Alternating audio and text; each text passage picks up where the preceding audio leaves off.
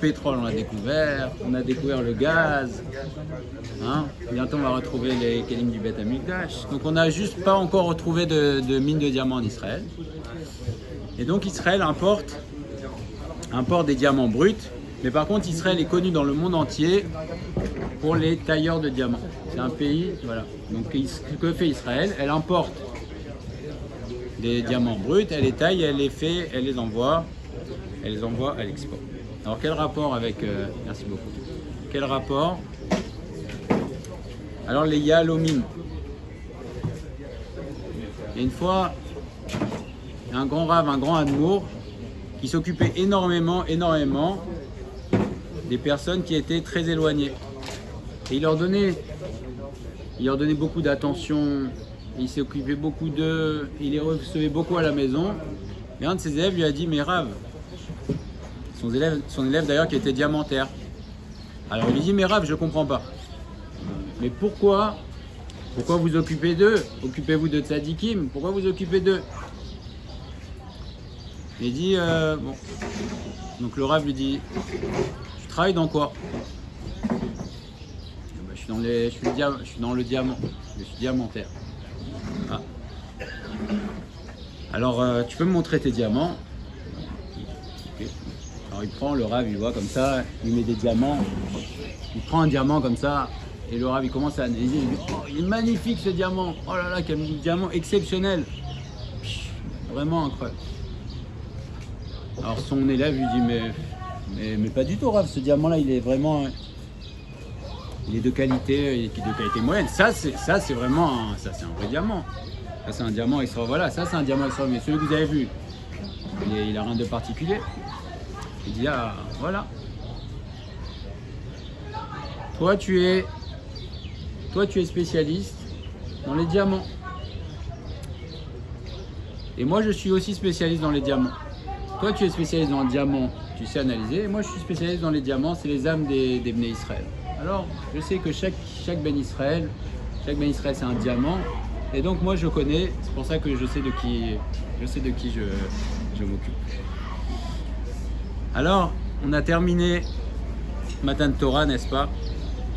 Et on passe de manière apparemment très abrupte de, c'est pas juste une métaphore, en haut de la montagne. Et on va descendre très très bas d'un coup. C'est vrai qu'on a eu un peu la transition entre Matan Torah pour nous parler du Misbéach à la fin de Parashat Yitro, et là, Parashat Mishpatim, tout de suite on rentre dans des sujets très, très banals, très basiques. Et quel sujet basique? C'est le premier des Mishpatim, c'est Eved Ivri. Eved Ivri, on est passé, on va nous donner les Aseret Adiberot. Eved Ivri, tu nous parles du Eved Ivri, d'un homme. Tu ne parles pas de n'importe quel juif. C'est un juif qui est descendu très bas. Alors pourquoi il est descendu très bas? Non pas parce qu'il doit travailler pour quelqu'un d'autre. Il est descendu très bas parce que le Eved Ivri, Beder Klal, c'était une personne, soit qui effectivement n'avait plus du tout de moyens, mais aussi souvent c'était le Beit Din qui le condamnait. C'est le Beit Din qui le vendait parce que c'est une personne qui avait volé. Et étant donné qu'elle avait volé, qu'elle n'avait pas de quoi rembourser, alors elle devait aller travailler, rembourser sa dette, mais chez la personne à qui elle avait volé. Donc ça, on voit l'approche extraordinaire, la profondeur de vue de la Torah, ou de Akadosh Baruch Hu en l'occurrence. Comment on réinsère des gens? Comment on réinsère une personne? Tu réinsères la personne en la mettant en contact de celui qu'elle a volé. Ça, c'est la beauté extraordinaire de la Torah, et qui est une des grandes preuves d'origine divine. Parce qu'un homme ne peut pas penser à ça. Comment tu peux penser que le meilleur moyen de réintégrer une personne, un voleur qui est tombé très bas, c'est de le mettre pendant X années. Oui. Le mettre pendant X années avec cette personne, c'est une grande preuve de l'origine divine. Mais au-delà de ça, c'est pas un passage abrupt. C'est que on a reçu Aseret Adiberot, mais maintenant on nous donne le sod. On dit c'est bien, je t'ai dit Aseret Adiberot, et on voit d'ailleurs que les deux louchot, comme on a vu, ça a été donné le 3e mois aussi parce que c'est Mazal Théomim, c'est les Gémeaux et les 2 louchot aussi sont collés. Ben Adam la Makom, Ben Adam la Chavero, c'est jumeaux. Mais on nous dit plus que ça. On dit maintenant tu vas te mettre au travail, tu vas devenir un bon juif, tu vas te coller aux autres juifs et tu vas te coller aux autres juifs. On ne te demande pas de te coller à Kadosh Baruch Hu. On n'est pas des malachim. On nous demande de bien se comporter entre nous. Et on ne peut pas imaginer une personne qui aurait l'illusion qu'il va être un bon juif. Alors, il n'y a que des bons juifs, bien sûr, en potentiel. Mais après, il faut exprimer. On est tous bons. Mais exprimer, c'est devenir un Yehudi, un juif, une juive accomplie.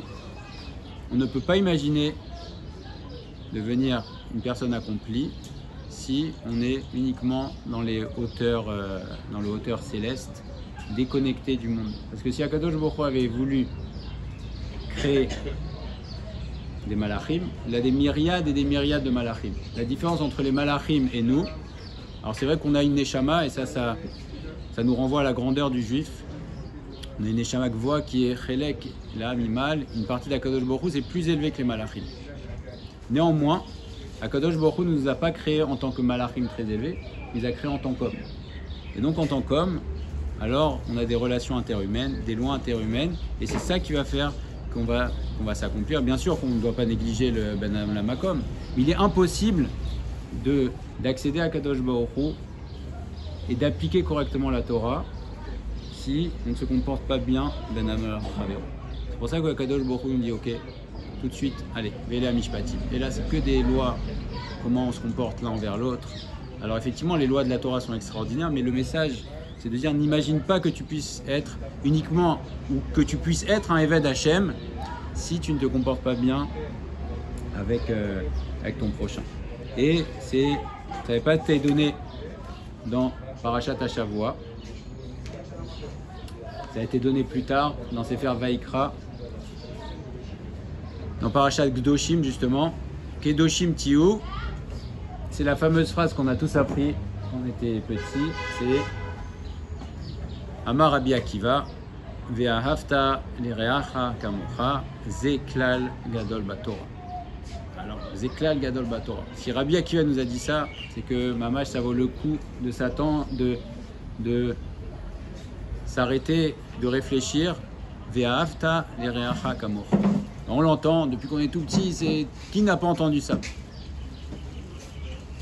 Zeklal Gadol Batorah, on n'a pas dit c'est bien, c'est Tov, Zeklal Gadol Batorah, c'est Rabbi Akiva qui nous dit ça. Et on sait qui était Rabbi Akiva. Rabbi Akiva, Moshe Rabbeinu a été impressionné par lui, il a vu, il a dit ah mais Akadosh Baruch Hu, c'est par lui que tu aurais dû donner la Torah. Et Hachem lui a pas dit qu'il n'était pas Raoui. Il a dit non, j'ai décidé que c'était toi. Mais en potentiel, il disait pas, c'était vrai ce qu'il disait. C'est que Rabbi Akiva était tellement élevé que Rabbi Akiva il était apte. On dit que Ezra aussi, il était apte à recevoir la Torah. Simplement, c'est Akadosh Baruch Hu décidé que c'était Moshe Rabbeinu, mais en potentiel, Rabbi Akiva, il était au niveau de recevoir la Torah. Alors, c'est quoi ce Ve'ahavta lireacha kamocha? Traduction littérale de Ve'ahavta lireacha kamocha, tu aimeras ton prochain comme toi. Bon. Ok, très bien. Alors, je voudrais qu'on partage ensemble un mamar du Rav Dessler qui est extraordinaire. On va essayer de lire au maximum dans les mots parce que chaque mot vaut son pesant de diamant. Il y a 3 explications à la mitzvah de Ve'ahavta lireacha kamocha. Essentiel. Zé amok misé. Un plus profond que l'autre et qui exprime des niveaux croissants. Chacun exprime Madrega Eliona Yoter Sheizdaout Imkol Echad Misraël. Chacun va exprimer un niveau de plus en plus élevé dans la relation avec chaque juif. Le premier, c'est le pirouge du Ramban. Le Ramban a dit que le mot kamocha, kipshuta, on ne peut pas l'interpréter comme ça. Ça ne peut pas être kipshuta, kamocha, comme toi. Qui lève à Adam lo yochal et kabelzot. L'homme ne peut pas, le cœur de l'homme ne peut pas accepter ça. Aredin ou. C'est un din en plus, c'est marqué Chayecha kodmin chayecha avrecha. Ta vie passe avant celle de. Si tu as un choix, si toi tu dois mourir ou une autre personne, tu dois choisir. Tu dois chayecha kodmin. Ta vie passe avant. Donc le cœur d'un homme ne peut pas accepter ça. Alors, que veut dire selon le Ramban Ve'afta l'erecha kamocha Shamitzva i levatel et akin amili. Levatel, annuler la kin'a, la jalousie de son cœur. Alors on va expliquer qu'est-ce que ça veut dire. Sheyirtse shetiena lechavero kol atovot sheurotse avuratzmo. Souhaiter qu'il y ait pour notre ami, pour notre prochain, toutes les tovot, toutes les bontés qu'on veut pour nous-mêmes. Et ça, ce sont les paroles du Ramban. Kipé amim, certaines fois, sheyav adam et reu bidvarim yedouim leetivo.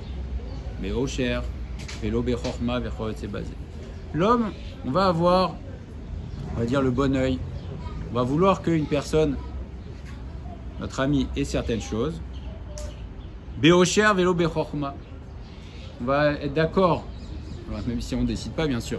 On va être d'accord que notre ami ait de la richesse, mais pas forcément de la chorma. On va expliquer pourquoi. Veimiye o avobakol, et s'il aime vraiment dans tout, il y a fot sheiske reu, beocher, ou benchassim, ou vekavod, ou vevad, ou chorma. Il va vouloir qu'il ait toutes les malles. Mais attention, velo sheishve là. Et pas qu'il est comme lui. Pas comme lui. Ok. Bracha vatzlacha, mais pas comme moi. Alors ça s'appelle la kina. Pourquoi? Ava liye chafetz belibo leolam sheyi ou yoter mimenu bechol tova. Je veux bien que tu aies de la bracha dans tout, mais je veux être supérieur dans toutes les Torah. Et tzavé akatuv, et la Torah savait les rakamocha selon le Ramban. Chez l'autre, il est pris tout à kina azot belibo. Qu'on n'ait pas cette petitesse de la kina dans notre cœur. Ava liyav birabot atovot techaveo kacher adam osen nafshu. On doit souhaiter à notre prochain d'avoir comme pour nous. Velo iten shiorin be'ava. Et ne pas donner des limites à la hava. Kamocha, si toi tu veux ça, tu dois souhaiter à ton ami, et je ne vous parle pas à vous, je me parle à moi en premier, souhaiter à ton ami qu'il est comme toi. Pas qu'il est, mais toi, comme toi. Ve'alken Amar, et c'est marqué Yonatan. C'était qui Yonatan? C'était le fils de Shaoul, qui était roi d'Israël. Donc Yonatan aurait pu être roi d'Israël derrière Shaoul. Qu'est-ce qu'il a dit? C'est marqué qu'il a Avat Nafsho. Il aimait David Améler, Avat Nafsho. Vraiment Avat Nafsho, Avat Kenafsho. Parce qu'il lui a dit, et Sir Midat Akina Melibo. C'était ça, Yonatan, qu'il aimait David Améler comme lui-même. Il lui a dit, Ki ata timloch al Israël. Il a dit, tu vas régner sur Israël. Donc Yonatan, il dit à David Améler, tu vas régner. Alors que c'est le fils du roi, Yonatan. Et Shaoul Améler, il était pas en guerre, en tout cas il poursuivait David Améler. Et Yonatan a souhaité à David Améler, il dit, tu vas régner sur Israël. Et ça, il dit, Avat, ça c'est Avat Nafsho. Alors pourquoi c'est comme ça? Comment? C'est celle qui est mise en exergue parce qu'elle était extraordinaire. Il y a eu des amitiés, mais celle de David et Yonatan, c'est extraordinaire parce que c'est allé à un point que, à d'écart, que bon, il n'a pas accepté ce que son père Shaoul a fait, mais au-delà de ça, il souhaitait Mamash, un bien. Il voulait, voilà, Timlor, il a souhaité à David Améler la malchoute, il a accepté, il lui a souhaité même. Alors pourquoi? L'explication de la mitzvah, c'est pas de dire que un homme pachout, il va vouloir que lui ait et que son ami n'ait pas. On ne demande pas non plus que notre ami ait et que nous on n'ait pas. C'est pas ça l'explication de la mitzvah. Ça c'est pas possible, ça n'existe pas. On ne demande pas qu'on souhaite que de ne pas avoir, etc. Et là, Bior Amilzaou, chez Kol Adam Betiv'o, et là le Rav Dessai rentre dans la profondeur. Il nous explique c'est quoi le ressort qui fait qu'on ne va pas souhaiter, et c'est dans le teva de l'homme, dans la nature de l'homme. Donc quelqu'un, c'est toujours à deux, il y a deux côtés. Celui qui va dire, Je comprends pas pourquoi j'ai ça. C'est dans ton teva, ne t'inquiète pas. C'est dans le teva de l'homme. Et celui qui pense qu'il est exempt de ça, il se trompe parce que c'est dans son teva aussi. Donc celui qui dit non, je n'ai pas du tout ça. Il y a certaines personnes effectivement qui vont avoir peu de kina, qui vont avoir beaucoup de kina, mais savoir que ce ressort-là psychologique, il existe chez tout le monde. Tout le monde là. Alors dans le teva de l'homme, l'homme ressent pratiout, la particularité, la volonté d'être particulier, d'être unique, de s'individualiser. Vetamid ou mechapes eze davar ou eze mal. L'homme va toujours chercher une chose, un certain degré, ou afilou nekuda ktana, même une toute petite chose. Asher yachol arshov sheba ou mitztayen legabe achel, où il va pouvoir se distinguer des autres. Afilou nekuda ktana, et ça c'est dans le teva de l'homme. Tout le monde va avoir, à l'école ils disent le mitztayen à Shavua. Alors on est tous, tout le monde a ça en lui. Alors ça peut être en grand, mais de toutes les manières, il y a même une petite nekuda ktana où il va avoir, c'est dans le teva de l'homme de vouloir se distinguer des autres.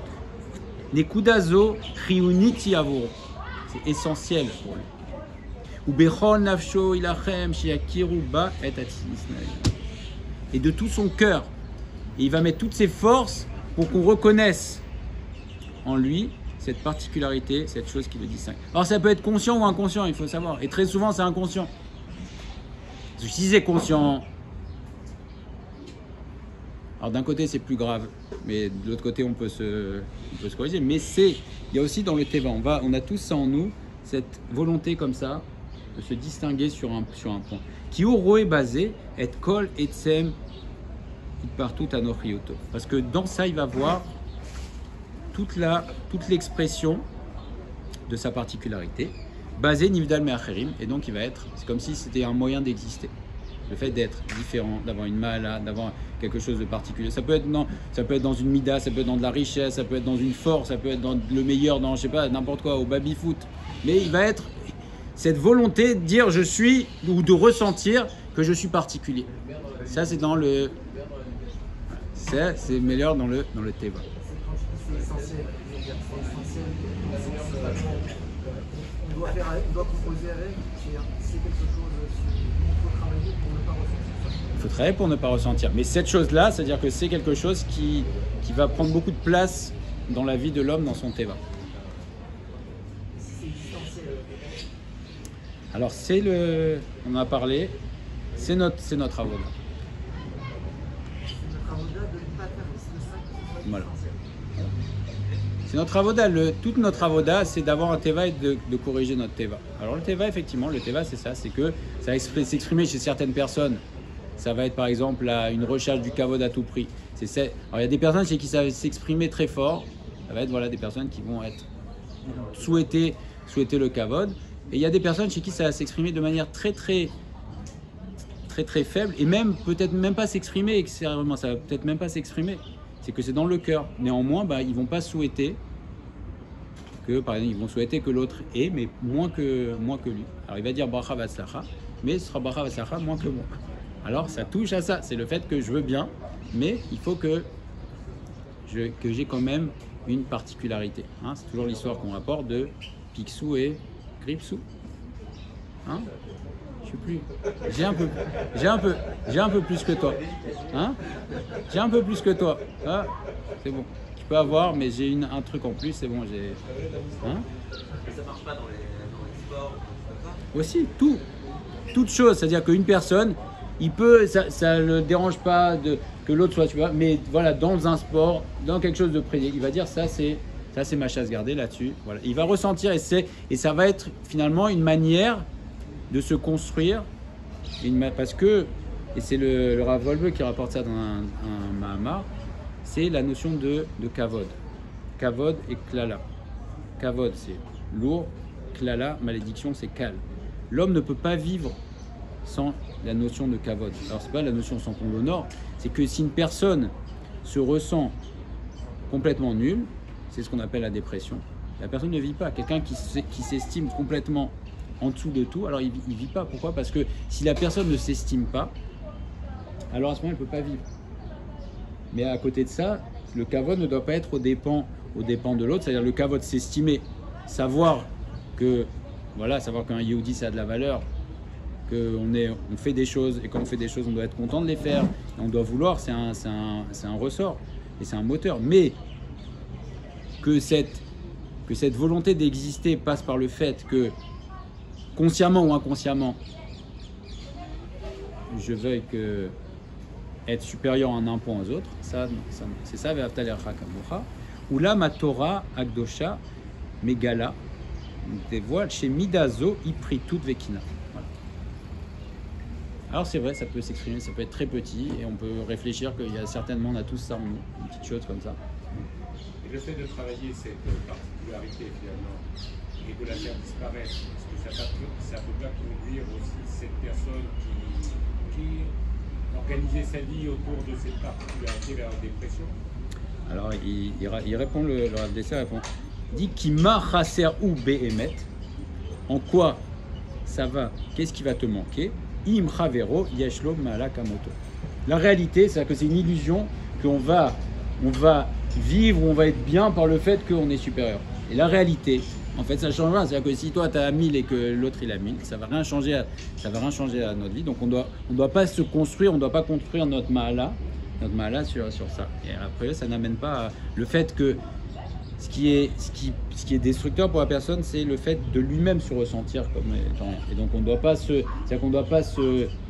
construire, c'est-à-dire avoir une estime de soi en fonction du fait qu'on soit supérieur aux autres. Donc notre estime, on doit avoir de l'estime. On doit avoir de l'estime, mais cette estime de soi ne se construit pas pour le fait que je suis supérieur aux autres. En fait, c'est nos propres malotes, l'homme il doit connaître.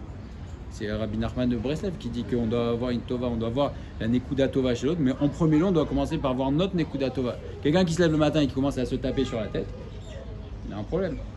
On ne va pas se taper sur la tête. Ok, on doit faire bonne effet, s'améliorer, savoir ce qui va, ce qui ne va pas, ok.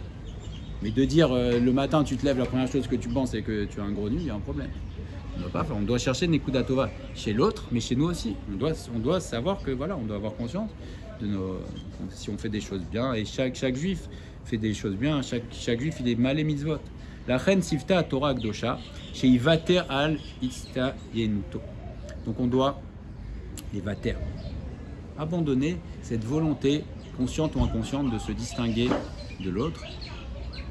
Faire des grandes choses, avoir des aspirations, des sheifot, c'est fondamental. Chaque juif, il doit aspirer.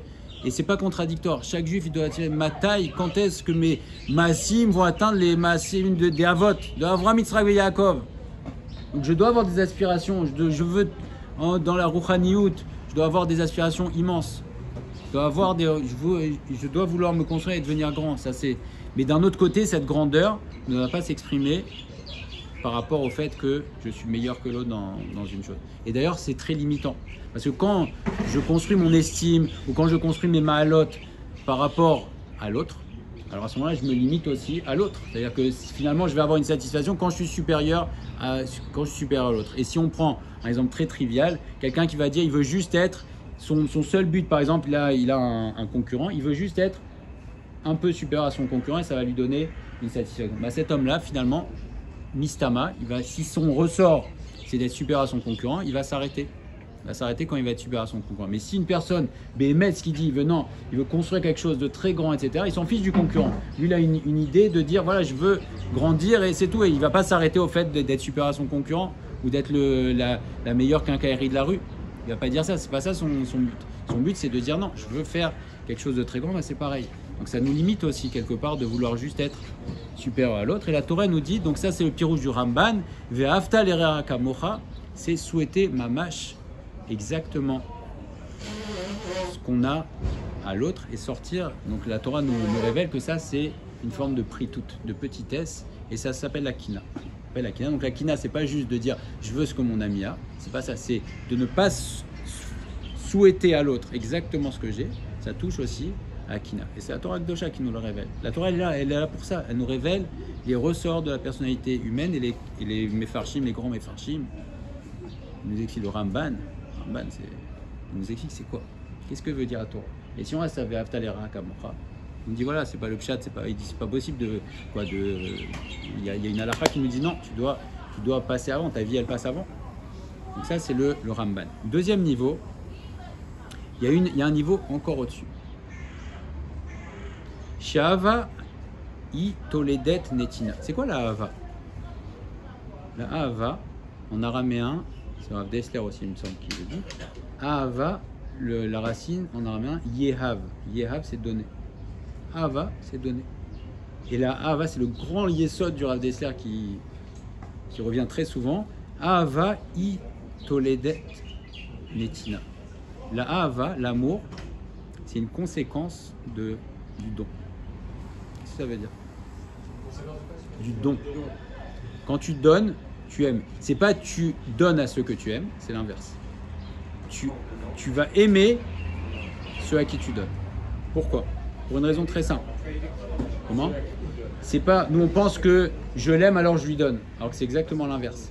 C'est je l'aime parce que je lui donne. Le fait de donner, c'est ça qui va déclencher la Ahava. Et c'est le grand yesod. C'est la raison pour laquelle on dit l'amour des parents pour les enfants. Pourquoi les parents aiment tellement les enfants? Parce qu'ils sont tout le temps en train de leur donner. C'est le yesod aussi dans le Shalom Bayit. Comment un Shalom Bayit? Si tu donnes à l'autre, tu vas l'aimer.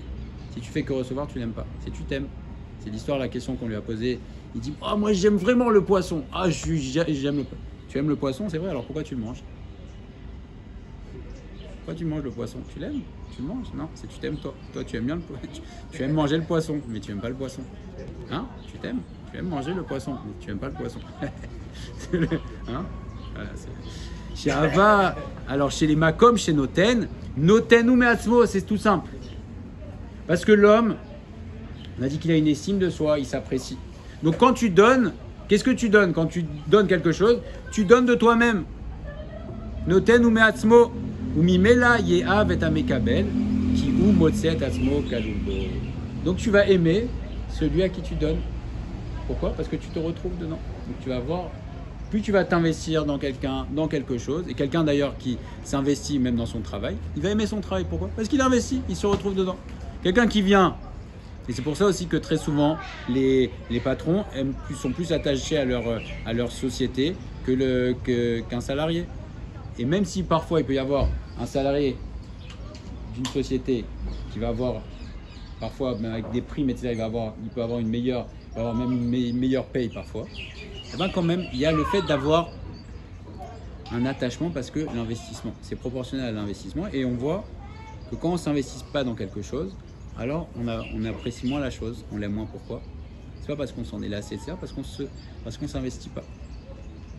Ve'im yarbe mais od et rasdo imreu, si tu vas faire beaucoup de recèdes avec ton prochain, avec une personne en particulier, imsa et kol atzmo kalou. Tu vas te retrouver complètement. Et c'est ça les parents qui aiment les enfants.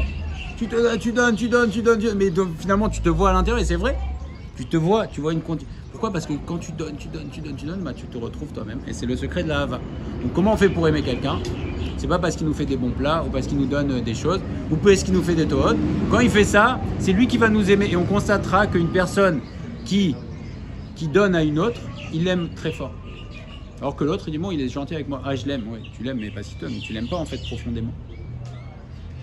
Pas profondément. Tu vas me recevoir de lui. Oui. Oui. Pas parce que tu aimes la personne. Non. Tu donnes pas parce que tu as envie d'aider. C'est vrai. C'est tzedek. Alors c'est pour ça que la tzedaka ne s'appelle pas Ahava, ça s'appelle tzedek. C'est la justice. La Ahava, c'est autre chose. La Ahava, c'est... Voilà. La tzedaka, c'est rendre une justice. On donne à celui qui n'a pas, c'est tzedek, c'est de la tzedaka. Ahava, c'est pas ça. Ahava, c'est yehav, donner de soi-même. Si tu donnes de toi-même, et c'est un grand secret que nous dit Rav Dessler, tu veux aimer quelqu'un, donne-lui. C'est pas attendre l'aimer pour lui donner, parce que là, tu n'arriveras jamais à l'amour. Donne-lui. Et c'est le grand yesod, je répète, du Shalom Bayit. Tu veux aimer ton conjoint, donne-lui. Tu n'aimeras jamais ton prochain, ton conjoint, ton prochain ou quiconque en recevant de lui. Tu ne sais pas, il y a pas. Lui va t'aimer, et toi tu l'aimeras pas. Si tu ne donnes pas, tu peux pas aimer. Ahava, c'est le secret de la Ahava, c'est de donner. Et donc veyaven beprinat kamocha mamash. Alors à ce moment-là, tu vas l'aimer comme toi. Kmocha blishou mefresh. Et à ce moment-là, si tu lui donnes, tu vas l'aimer comme toi parce que tu te retrouves toi-même dedans. Et c'est ce que dit le Messias Yesharim, Bli, Shum et Fresh, sans aucune différence. Si tu donnes, tu vas l'aimer. Et ça, c'est le secret de Ve'ahavta l'Erecha Kamocha. Et c'est marqué dans le Yerushalmi. Il dit, c'est marqué comment, il y a la Torah qui nous dit, Lotikom ve lotita titorat benamecha. Tu ne garderas pas, tu ne te vengeras pas et tu ne garderas pas rancune à ton peuple. La question est posée par le Korban Haïda. Comment un homme peut-il pardonner si on m'a fait honte, si on m'a humilié, comment je peux pardonner? Alors il répond par un machal. Si par exemple tu es une personne en train de couper de la viande et sa main gauche, elle coupe la main droite.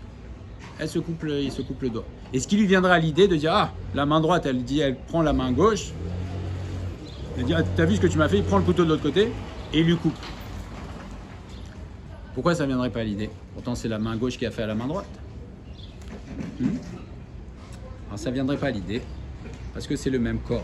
Kevan, chez Kol Israël, bouffé Chad En, Din ou chez Lo Inkom Mechavero, chez ou Keno Kem Migoufo. Donc, on ne se venge pas, parce que de la même manière que ça ne viendrait pas à l'idée de se venger de soi-même, si on ressent mâche, et c'est une réalité, si la Torah nous dit ça, c'est que Israël, on est tous un même corps. Mishose chesed im kol Israël, un homme qui fait du chesed avec tout Israël, bechol mauto, vraiment avec tout son cœur.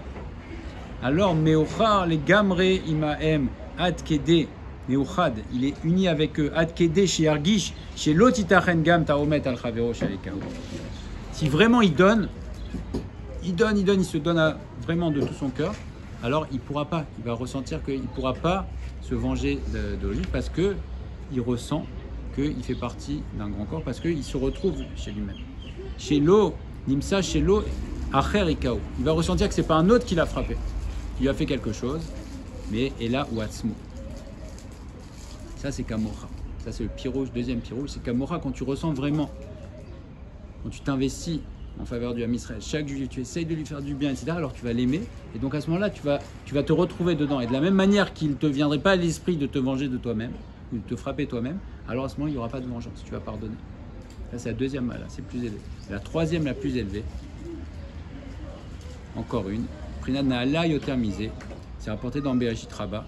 Et à ce propos-là, elle dit Rabbi Akiva, Ve'ahavta l'Erecha Kamocha. Qu'est-ce que ça veut dire?